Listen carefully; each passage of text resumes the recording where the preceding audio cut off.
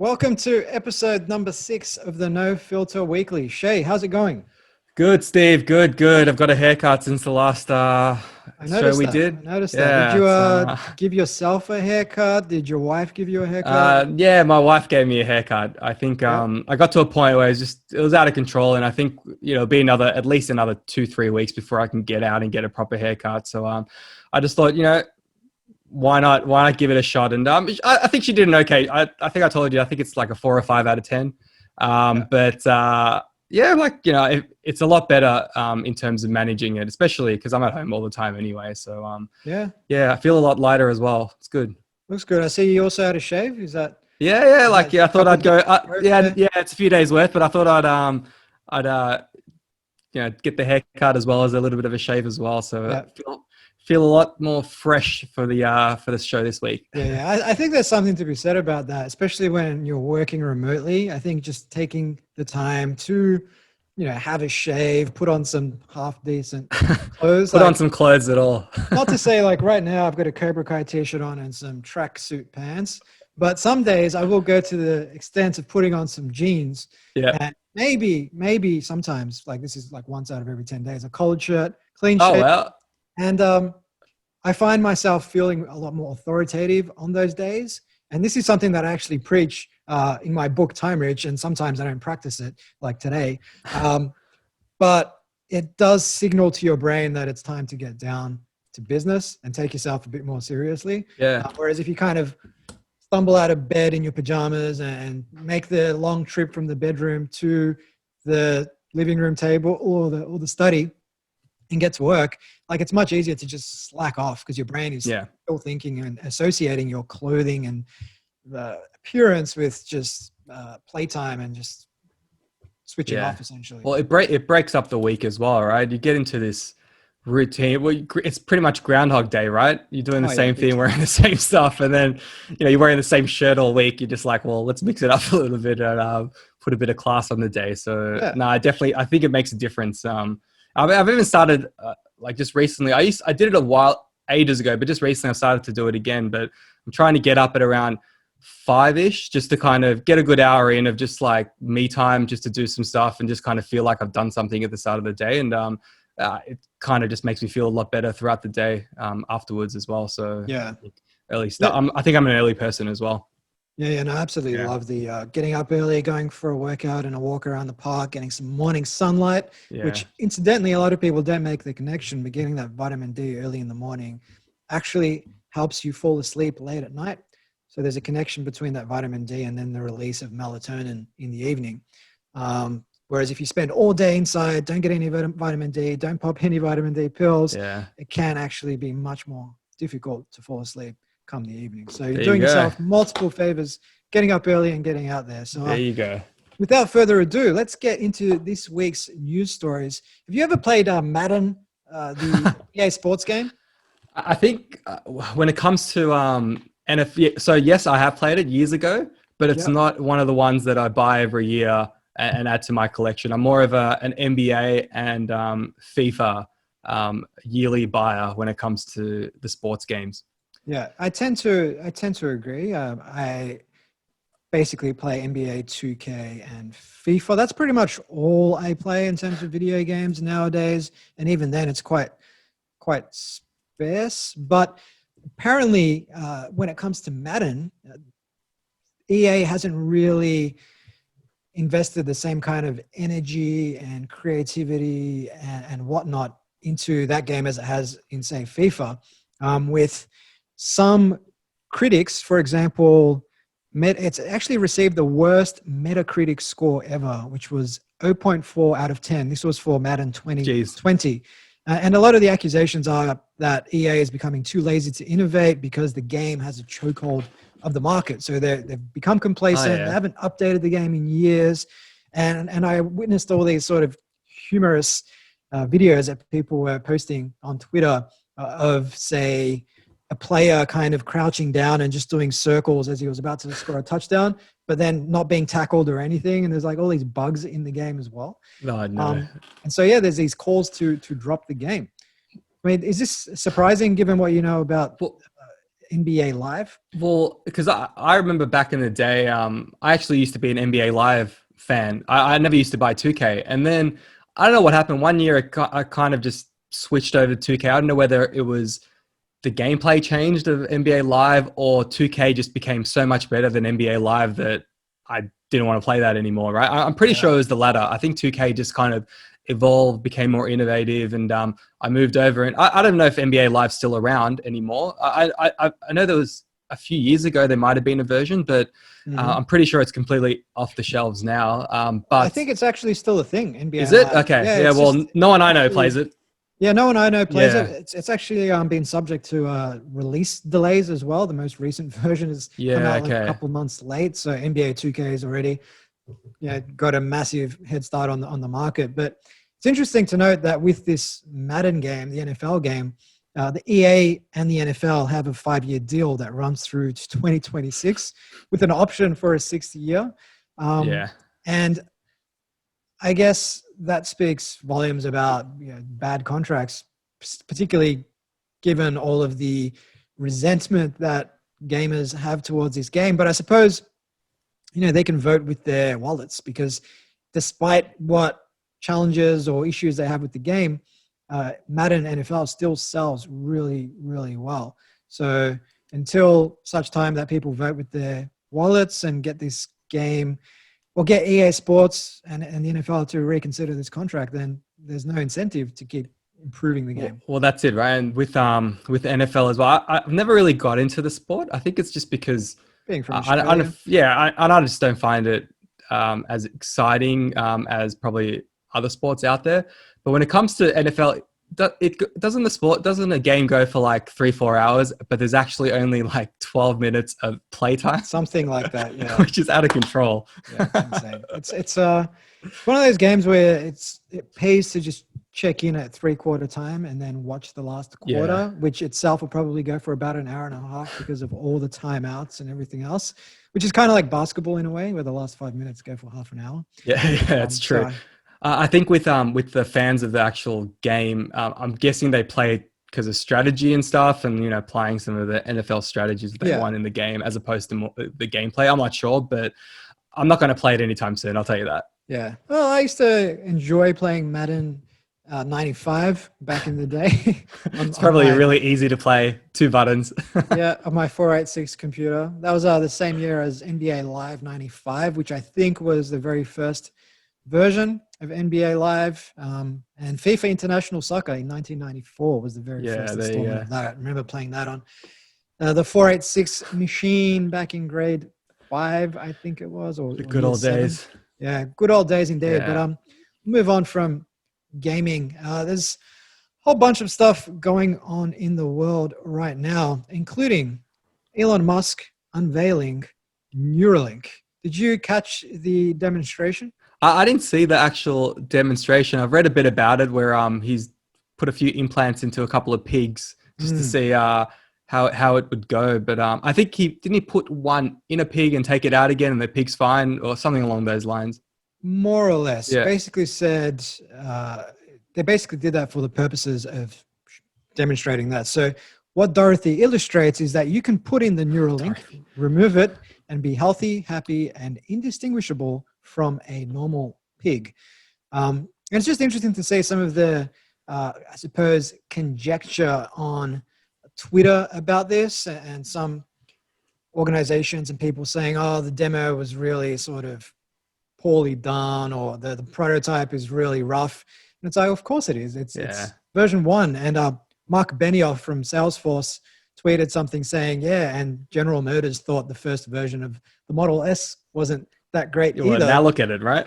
Exactly. Don't overestimate what you can do in 1 year and underestimate what you can do. Well, even looking at Tesla as an example, I guess talking about Elon Musk, I think they did some sort of, I think it was a stock split today or something, or very recently, and he's now the 3rd richest person in the world, something along those lines. I think he might be second, because they're about he passed Zuckerberg. Yeah, it's 115 or something. I remember I was reading it this morning. So because Bezos hit 200 billion last week. That's nuts. Yeah, I think his ex-wife is the richest woman in the world because she's got a 4 or 5% stake in in Amazon, which is nuts. Well, I think she benefited from their divorce settlement as well last Yeah. year. I think she took 50% of his wealth at the What? time, Yeah, which was about 50 billion back that's then. nuts. And he was completely fine with it. Like they had a very amicable breakup. But yeah, she, by virtue of that association with him, became the richest woman in the world. Yeah. Yeah. Sorry, go for it. No, but I guess I had a question for you on Neuralink. Would you implant this into your brain if it could give you higher, cognition, the ability to solve problems and operate at a much higher intellectual plane, but there was risk of it not going well? Well, The risk was, say, 5%. 5% of what? Death or what's the 5%? 5% of death or being completely debilitated from the neck down.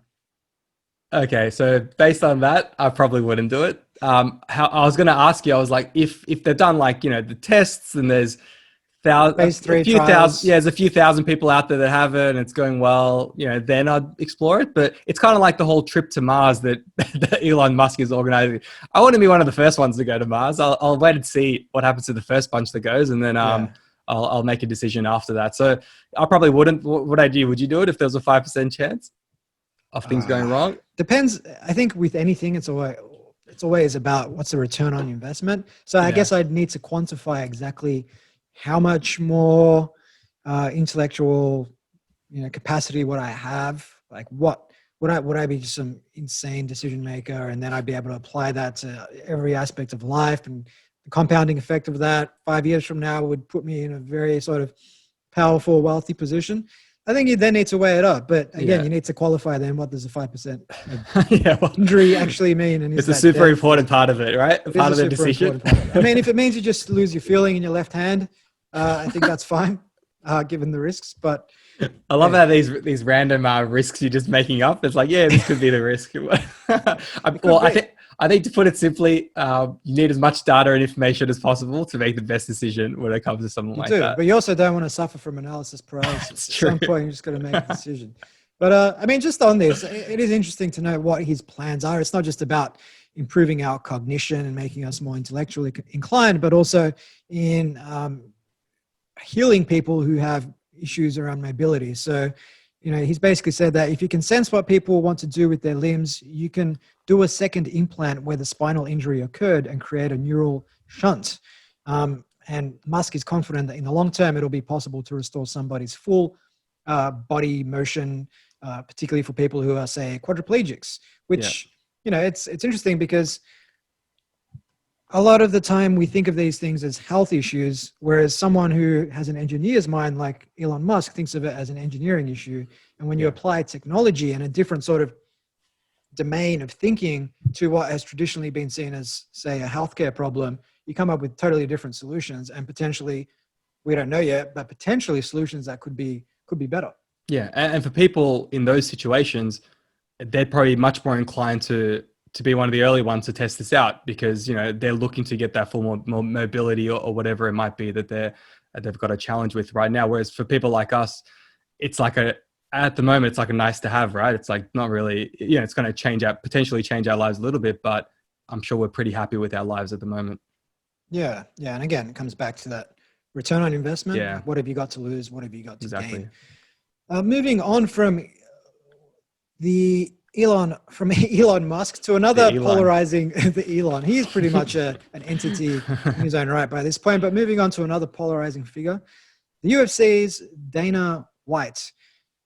He's basically been very vocal about his support for Donald Trump since the 2016 election, and apparently their association goes way back to the early days of the UFC. I believe Trump actually gave, I'm looking for the reference here, but maybe you can talk over the top of me while I find it. So White credits Trump for getting the UFC off the ground back in 2001. So no other big venues would cater for a quote unquote blood sport like the UFC, or cage fighting as it was derogatorily known back then, Trump stepped in and hosted the event in Atlantic City, and the pair have been close ever since. So Wow. it's funny to see that a lot of people in the media are jumping out and pointing fingers at Dana White purely for having a preference in an upcoming election between two, legally selected candidates.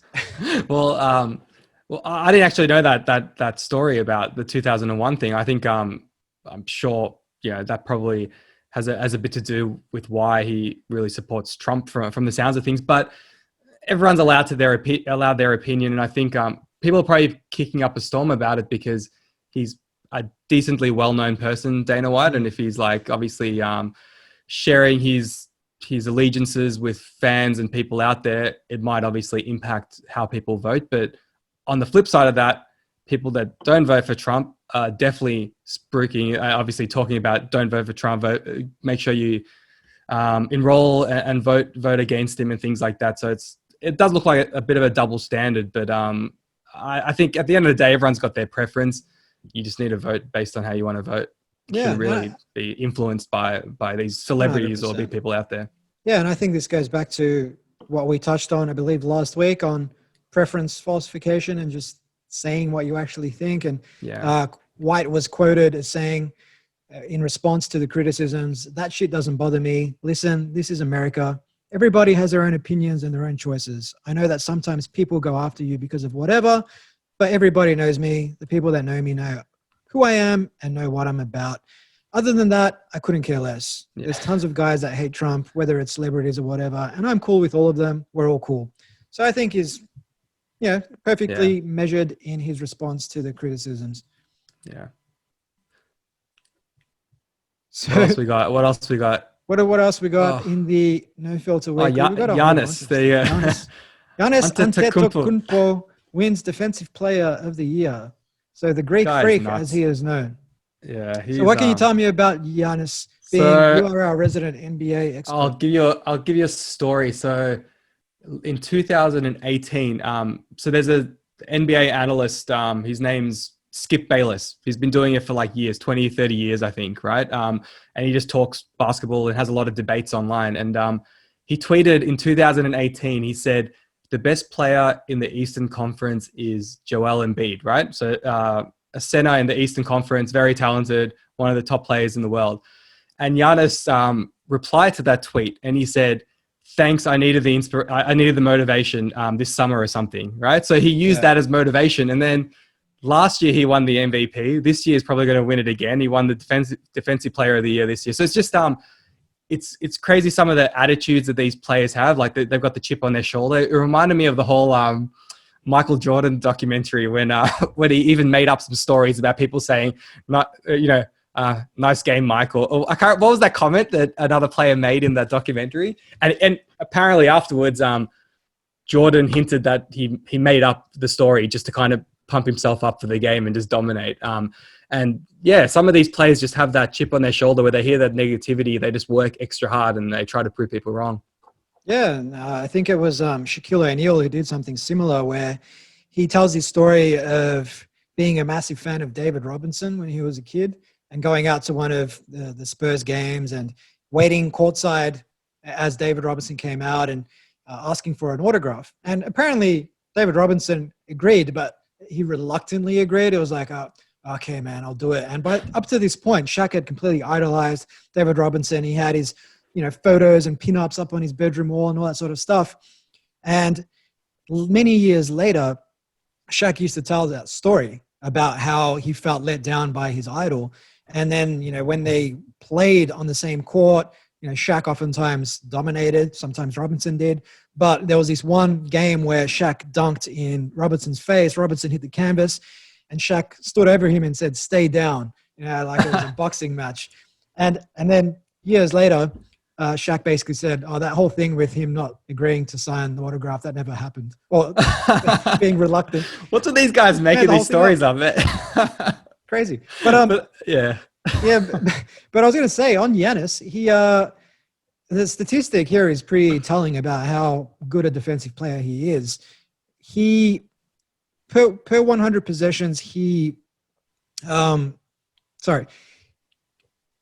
he keeps the opponents to 96.5 points per game. So whenever he is playing, the opponent team, his opponents will get 96.5 points, whereas the average points per team Probably 100 and something. 112. There you go. So when he is on the court, that's like 16 points less that they will score, which is probably why Milwaukee has been so dominant in the was it the Eastern Conference? They won the Eastern Conference this season.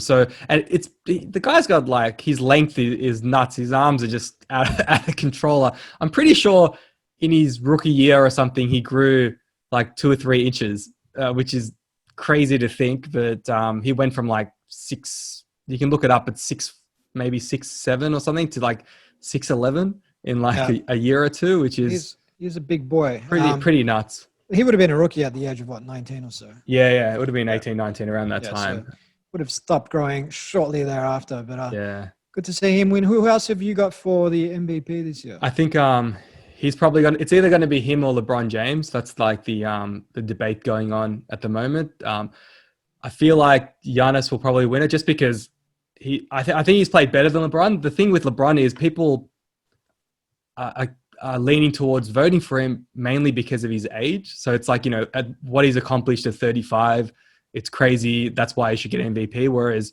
Giannis, I think he's played better than he did last year, right? He's like taking it up an extra level. And if he won MVP last year, I'm pretty sure he'll get it again this year.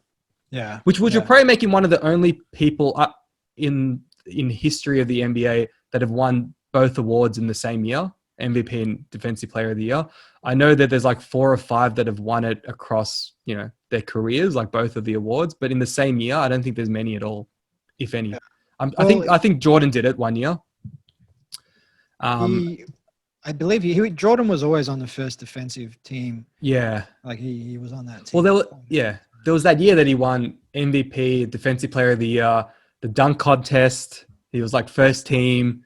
I'm sure he won the championship that year. It was just one of those years where he won pretty much every award you could win. Yeah. But I mean, if you look at Giannis and his statistics, it's pretty insane. 29.5 points per game, 13.6 rebounds, 5.6 assists, 1 steal, 1 block. That's his regular season average over the last 6 years or so. And he's not even a good shooter yet. Like he's not really good from the 3-point line. Once he starts getting better at that, it's just probably going to be game over for a lot of teams. Well, yeah, his 3-point percentage is only like 30.4%. Yeah, average is about, I think, high 30s, like 38, 39 or something. So he's still got a lot of improvement there. Yeah, definitely. And I mean, there's obviously a whole bunch else going on in the NBA this week. Particularly, there was talk of the season being cancelled due to the shooting of Jacob Blake last week. I mean, has there been any more come to light about this? Is the season likely to get cancelled? No, so there's a few, like they call them crisis meetings, right? So I think the season was postponed for 3 days. So it's back on now. So they're playing again now, but there's a lot of talks between owners and players just to kind of, I think, come to some agreements and put some plans together in terms of how they could, make a difference and actually do something positive as opposed to just playing and getting money and leaving. So I think there's been a few things put in place. Owners have agreed to a bunch of stuff and the players are looking to keep them accountable to all of that stuff. But yeah, they're back there now. Apparently, so LeBron James, obviously, he's the main face of the NBA. And I think a lot of players look to him and the NBA looks to him and just in terms of what's his decision and everyone else kind of follows him. Apparently he got some advice from Barack Obama was met up with or had a chat to him and a few other players to provide his thoughts and advice on what they should do. And from what I've read in terms of the reports, Obama pretty much said, you guys need to keep playing and just use this as a platform to do good as opposed to just leaving and calling it quits. So I think he had a big say in terms of the NBA players staying. Yeah. I know LeBron James has come under fire from various corners, particularly those on the right side of the political spectrum, saying that he's ruining the game and that a lot of these social justice warrior type messages are actually affecting the ratings of the playoffs. And I think the ratings have averaged about 2 million. I think they're definitely lower. a lot lower than what they traditionally were. So, you know, it's a difficult one for people because it's a multi-billion-dollar business, and you know, obviously, you've also got your values and ideas and beliefs and everything else that you want to represent. And someone like LeBron James, who is essentially, you know, the highest paid player or one of the highest paid players, you know, one of the greatest of all time players with a lot of influence, he's in a position where he wants to do what he thinks is right. But at the same time, like, is it the best course of action? And perhaps that's why he's seeking the counsel of someone like Barack Obama, who is so well respected in the African-American community. Yeah, that's it. But even when there was that China Hong Kong obviously issue going on, and when I think one of the GMs, I think it was the Rockets GM, Daryl Morey, he tweeted something, and then there was a huge uproar. I don't think he was fired, but he got a huge slap on the wrist, and it kind of obviously ruined the relationship between the NBA and China. And then LeBron just wouldn't say anything on the topic, because and a lot of people were just like, "Why aren't you saying anything, LeBron? You should, like, you know, come and say something." But the reality was, there's so much money that he makes through China that if he said anything, he'd probably lose a big chunk of his payday. Yep. So I did see a video on Twitter about this, and someone actually posted an extract or a screen grab from NBA 2K, incidentally. I've spoken about it earlier, where there's this dialogue between LeBron James and a child, and how essentially what it boils down to is LeBron saying that, you know, there's people suffering all over the world, and, you know, we've got to try harder and work harder to make this world a better place for them. And then they use that to kind of refer to the Hong Kong incident and how LeBron didn't really speak up as much as he could have or should have, or basically was somewhat tight-lipped about it because there was money to lose if he did that. And then it kind of throws into question everything in a way, because it's like, well, you're willing to speak up to things based on financial interest not being compromised. And so what do you really care about? Is it a matter of only speaking up when it's safe to do so? Yeah. But in his, like, defense, it must be super stressful being in that kind of position. Obviously, he gets all the glory, but he's also got to make these tough decisions, and everything he says, everyone hangs on, right? Everyone kind of analyzes every word he says. So it must be a pretty challenging position to be in. And I think when you are in a position of power, you're damned if you do and damned if you don't. Like, if you didn't say anything, you'd have a whole bunch of people on the left saying, hey, you should be more vocal, you should be using your platform. And then if he does say something, then you have people on the right basically jumping up and down saying he's ruining the NBA, stop being a social justice warrior and focus on playing basketball. So it's damned if you do, damned if can't win, man. But speaking of you know, sports, a company that for whatever reason has a long association with sponsoring sports clubs, even though I'm sure their players tend not to indulge in their product during the regular season, at least, is KFC, Kentucky Fried Chicken, Colonel Sanders, the original spice, original spices, spicy, hot and spicy, all that good stuff. We all love it. Not so much. I have had KFC once in the last 10 years. And I have to say, it is still as good as I remember it as a child. But they've actually changed their slogan, at least temporarily. So it's no longer "it's finger licking good," because that would be anti-social distancing. It's pretty funny. So what, they've removed the slogan just like temporarily or forever? I'm guessing it's just temporarily until like things get a little bit better. But it's pretty funny, actually. Yeah, well, in a cheeky ad campaign, apparently, that they released on YouTube, they depicted their own posters and chicken buckets with the store's slogan blurred out and pixelated. And there was a caption that said, "That thing we always say, ignore it for now." So I think they're just trying to capitalize on the situation and have a bit of fun with it. And Catherine Tan Gillespie, their global chief marketing officer, had this to say, which was, "We find ourselves in a unique situation, having an iconic slogan that doesn't quite fit in the current environment. While we are pausing the use of 'it's finger licking good,' rest assured the food craved by so many people around the world isn't changing one bit," which I'm sure maybe some of our listeners will be relieved to hear. Well, with KFC in lockdown in Melbourne anyway, it's been linked to a lot of people breaking lockdown rules, like people going out and getting KFC, or there was this group of people. So obviously we're not allowed to have big gatherings anymore. We can't even really meet up with anyone right now. But there was a group of people that had a party. I think this is a month or two ago. That group of people that had a party and they ordered KFC. And one of them went to pick up the KFC, and they obviously had KFC for like 12 to 15 people. So they ordered a lot of KFC, and that triggered the staff there to be like, well, why are you ordering 12 boxes and all these buckets of chicken if you're not meant to be catching up with anyone? And that triggered them. They called the cops, and the cops found these guys, and they all broke the rule and they all got fined, which is pretty funny. So I think KFC is becoming even more popular now in lockdown. Yeah. Why wouldn't they have just, I don't know, used Uber Eats and had like several phones? But think about it, right? These are people that are breaking the rules. They don't care. They're probably not the smartest people in the world either. Yeah. No, that makes sense.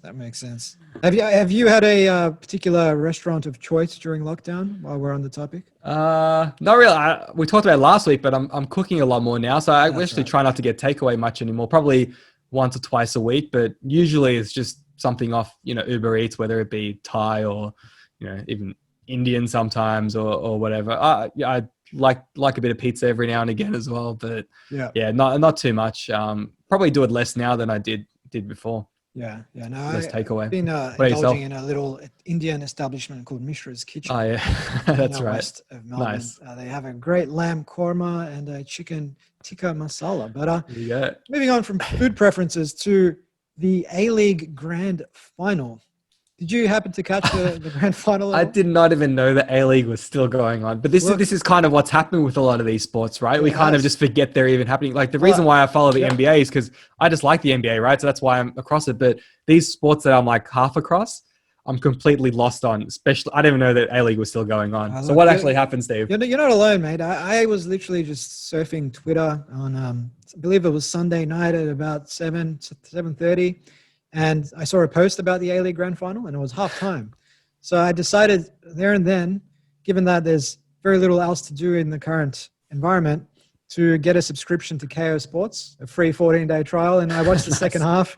Turned out to go to extra time. So it was the Grand Final was between Sydney FC and Melbourne City, who were making their first appearance in the final. And long story short, Sydney won thanks to a late goal by Ryan Grant. I believe he's a striker. Nice. And it's their 5th A-League championship, which actually puts them one championship above Melbourne Victory. So being from Melbourne myself, I was pretty disappointed to see Sydney win. But hey, it is what it is. They've actually won 3 of the last 4 seasons. So they're having a bit of a Golden State Warriors moment. Yeah, dynasty. Yeah. Were they...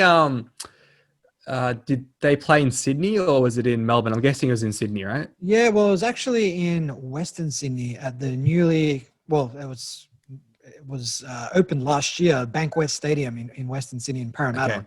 Okay. So they had a limit on the number of people that could attend the game, to 7,500 people. Okay. And there's all sorts of social distancing measures in place at the stadium. And like you, I didn't even know that stadium was built. Like I used to be a big Western Sydney Wanderers fan, and I remember them talking about how they're going to build a new stadium. And then when I saw the game, I'm like, where is this Bankwest Stadium? And I Googled it, and it's like, oh, this is their new stadium in Parramatta. And then there's all these photos of the Wanderers games and all the, red and black block, their supporters just lighting up the whole, the stands with flares and banners and everything else. It looks amazing. It's a really attractive stadium. And I think purpose built for something like, say, the Sydney derby between the Wanderers and Sydney FC. Yeah, no, it's good that they had fans there because obviously a lot of the sports now can't even have any fans. So I'm guessing for a final, it would have been good to get some people in the crowd there. Yeah, and I think they strategically sell tickets so that there is that 1.5 meters between groups. Yeah. At least when people are seated. I mean, there's only so much you can police that when people are walking around, going off to get their beers and chips and whatever and come back to their seats. But it's still, it was really actually encouraging. Like, when I saw the crowd, it kind of made me happy on the inside. Like I felt sad as well because it's like a throwback to life before this whole thing kind of derailed everything we know. Yeah, it's like even just watching the NBA playoffs, right? You see some games now, and obviously there's no fans. There's just no atmosphere. Whereas sometimes during those games, like halftime, they'll show some highlights from earlier in the year or last year or whatever, and you see these crowds just really getting into it and it's a completely different vibe. You can't even compare them.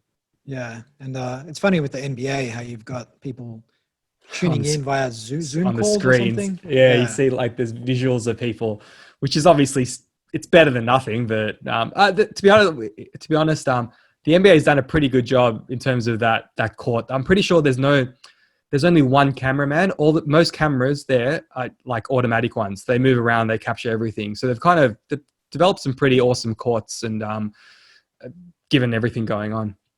Yeah, definitely. Well, moving on, I think we've got time for maybe one or two more stories. Circling back to some of the stuff going on over in the United States. Have you been following any of these, riots and protests? No, I feel like there's too many to keep track of. Been going Probably now not. for Unfortunately, like, 3 or 4 months, and Portland, Oregon seems to be the hot spot, the center, the epicenter of everything. And like last week, they've basically been rioting there every night for the last 3 months. And last week, I believe it was Donald Trump who offered their mayor, Ted Wheeler, to send in the what do they call them? The name escapes me. It's like the marshals. We can as in like what the military? Like what do you mean by marshals? It's like the people's military. I've got the name for it. But anyways, he offered support by way of physical interventions, and the mayor turned it down. And since then, things have escalated. And a couple of days ago, a Trump supporter was apparently shot dead as part of these riots. And Ted Wheeler, the mayor of the city, is actually coming under a lot of criticism now for not doing something about it. And some are suggesting that he's doing this in order to make Trump look bad, and he's letting the city burn down in order to have Trump replaced as president in the upcoming elections. But some people are saying, well, by doing this, you're just fueling this anti-left sentiment, and you're more likely to get Trump re-elected. Well, it's like that situation. You just can't win, right? You're damned if you do, you're damned if you don't. And it probably potentially, like you said, it's had the opposite effect of what he might have wanted. But there seems to be protests everywhere in the US, and especially because there's obviously been a few more shootings and killings and things like that, and obviously whenever that happens, it heightens everyone's emotions, and protests probably pick up in those locations that it's happened in as well. So I don't know, when is the election anyways? Mid-September or something? Early September? No, I think it's later than that. It's later, is it? Okay, I thought it was for some reason. I don't know why I thought September, but pretty much I just wanted to get over it. I just wanted to get over and done with as soon as possible, because I think November, sorry. Okay. 3rd, Okay, it's still a while away then. So it'll be the next few months, there'll be a lot going on, I'm sure. It's just interesting to note here some of the dialogue between Wheeler and Trump. Wheeler's basically said, it's you who have created the hate and division. It's you who have not found a way to say the names of black people killed by police officers, even as people in law enforcement have. And it's you who has claimed that white supremacists are good people. And then Trump's responded saying, Ted Wheeler, the wacky radical left do-nothing Democrat mayor of Portland, who has watched great death and destruction of his city during his tenure, thinks that this lawless situation should go on forever. Wrong. Portland will never recover with a fool for a mayor. Look, it's I think Trump's much better at the art of tweeting. Let's just leave it at that. I think he had a much more poignant response there than Wheeler. But it is what it is. It's a difficult situation. But look, I think if you are the mayor of a city and you're just standing by while it's being burnt down to the ground, then I don't know. That to me strikes me as somewhat irresponsible. But who am I but a podcaster and entrepreneur from Melbourne on the other side of the world? So it's not my war to fight.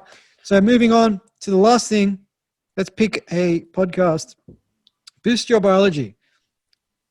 We haven't spoken about Boost Your Biology on this show. No, we haven't. Lucas Aoun. Give us the summary. Tell us what it's about, Steve. Well, let me read it off the screen for you, Shay. Boost Your Biology is presented by Lucas Aoun, founder of Ergogenic Health. Join him as he goes underground to bring you cutting-edge health and human performance hacks that you'll struggle to find on Google. Now, essentially, Lucas is basically a human guinea pig who constantly experiments with different ways to optimize his body or mind. So if you're into all sorts of brain hacks, body hacks, then you'll probably enjoy his show. And for example, episode number 14, for the males listening to this, never experience erectile dysfunction again. And he's basically sounds like an ad when you're on a website, like or some spam. Sounds like Advanced Medical Institute. But essentially, this was an episode with the founder of the Phoenix, which is a device that I'm not sure if you're familiar with shockwave therapy, but No, basically it's like a hardware physical device that you place on your member, and it elicits or applies shockwaves, and that extended use of this product over time will not only improve someone's erection, but improve their ability to get one and have them more often and everything else, rather than the Band-Aid effect that comes with, say, Viagra or Cialis or something like that. So essentially, he interviewed Stephanie Wolf, and she explained how this device can improve blood flow and erection quality, and it's based on multiple clinical trials. So if you want to learn more about this product, whether you're looking for better performance or whether you're struggling in the bedroom, I don't know, you know your situation, check out episode number 14 of the Boost Your Biology podcast over at nofilter.media/Boost Your Biology and wherever you listen to podcasts. So maybe on that uplifting note, shall I say? Very uplifting. We'll bring this episode to a close. Nice, good way to end it. Enjoy the rest of your afternoon, mate. See you, mate.